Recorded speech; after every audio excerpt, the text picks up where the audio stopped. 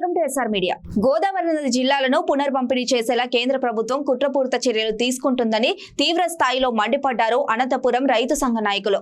కేంద్ర ప్రభుత్వం అంతర్రాష్ట్ర జల విధానాలను తెరలేపుతూ ఉందని, ఎన్నికల్లో భాగంగా ఇలాంటి ప్రకటనలు చేయడం చాలా దారుణమని మండిపడ్డారు రైతు సంఘ నాయకులు. కర్ణాటకలోను తెలంగాణలోను కొన్ని ప్రాజెక్టులకు అనుమతులు ఇవ్వడంపై తీవ్ర స్థాయిలో మండిపడ్డారు. అనంతపురం నగరంలోని కలెక్టర్ కార్యాలయం వద్ద నిరసన వ్యక్తం చేసి రైతులకు న్యాయం చేయాలని డిమాండ్ చేశారు.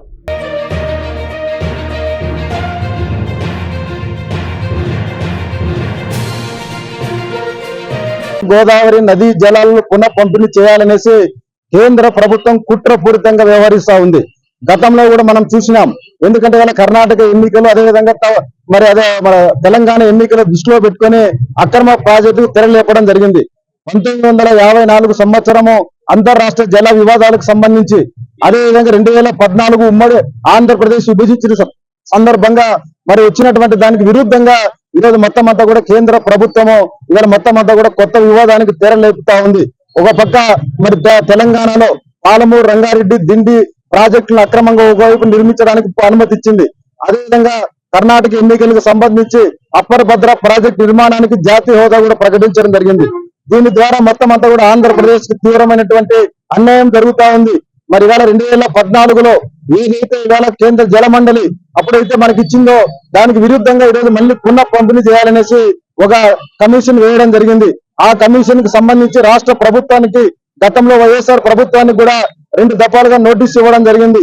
తమ అభిప్రాయాలు చెప్పమని చెప్పింది.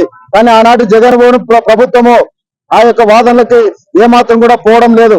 అందుకోసం మళ్ళీ ఇవాళ ట్రిబ్యునల్ ముందు కూడా ఈ ఆగస్టు 2వ వారం లోపల ఆంధ్ర రాష్ట్ర అభిప్రాయాలు చెప్పమని చెప్పారు. అందుకోసమే నూతనంగా ఏర్పడిన ప్రభుత్వం, గత ప్రభుత్వం జల వివాదాలకి సృష్టించింది, రాష్ట్రాన్ని రావణ కాష్ట చేసింది.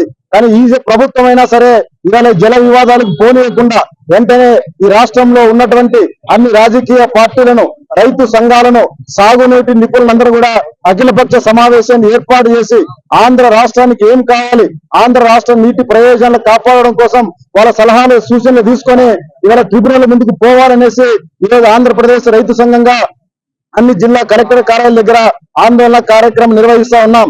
ముఖ్యంగా ఇవాళ అంతర్రాష్ట్ర జల వివాదాల కారణంగా ఇప్పుడైతే కేంద్ర ప్రభుత్వం ఏదైతే జల వివాదాలు సృష్టించిందో దాని ద్వారా నష్టపోయేది ఆంధ్రప్రదేశ్, దిగువనున్నటువంటి ఆంధ్రప్రదేశ్ నష్టపోతాది. దాని ద్వారా ఇవాళ కృష్ణా జలాలన్నీ కూడా మనకు రాకుండా పోతాయి.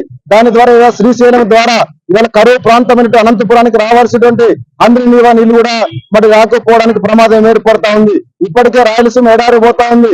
ఇవాళ ఆగస్టు మాసమైనా వర్షాలు రాలేదు. ఇక్కడ మొత్తం అంతా కూడా కరువే. ఈ కరువుని దూరాలంటే కృష్ణా జలాలు ఇక్కడికి రావాలి.